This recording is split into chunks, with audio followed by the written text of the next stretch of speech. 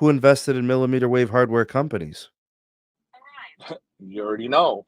Come on, man. Who was the first carrier to put millimeter wave in their hardware for their gateways? Verizon. Who is the first company to put millimeter wave in the iPhone? Verizon, because they debuted it together. So you mean to tell me Apple's gonna just all of a sudden decide to not put millimeter wave in the next gen iPhone? None of this makes any sense for the iPhone. I'm sorry, bro.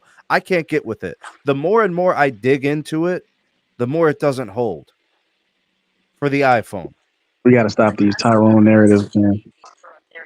Dude, it's like speculation turned into crazy talk. I don't get it. I think this conversation has to stay in the iPad. I don't think it's fair to take this too far with the iPhone.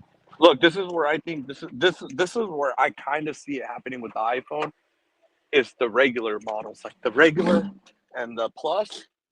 I can kind of see them taking millimeter away from that, but not from the Pro models on the iPhone. No way. Yeah, I agree.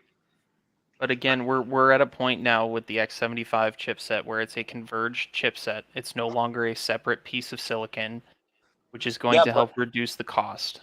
And you can remotely disable the bands too. So all you got to do is not put the antenna, bro. Right, exactly. That's it. Just like the Pixel, you got the Pixel 8, and then you got the Pixel 8 Pro.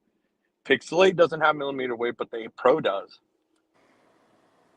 But if you can eliminate the extra silicon, which is where the cost comes into play, adding an external antenna port or antenna cutout there's no additional cost to that other than the machining of the titanium or aluminum or whatever.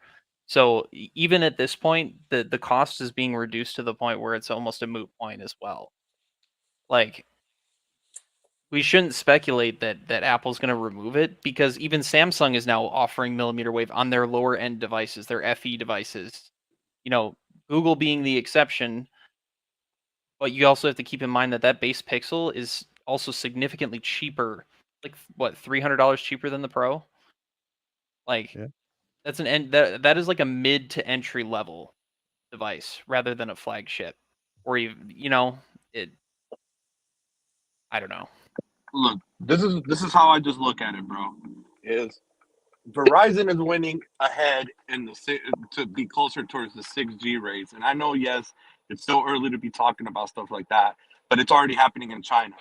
So it is what it is, you know? So they're securing these rules with the cities, municipalities, that they can take these light pole infrastructures and do whatever they want with them at a simple cost of what? Replacing an LED? Or modernizing it to an LED, that costs nothing. That costs nothing compared to now. You can charge T-Mobile, AT&T, Dish rent money for that pole because you're the one that's in charge of it. Now you could tax them for rent, and this is why they don't care about the technology, because they don't want to pay Verizon rent money.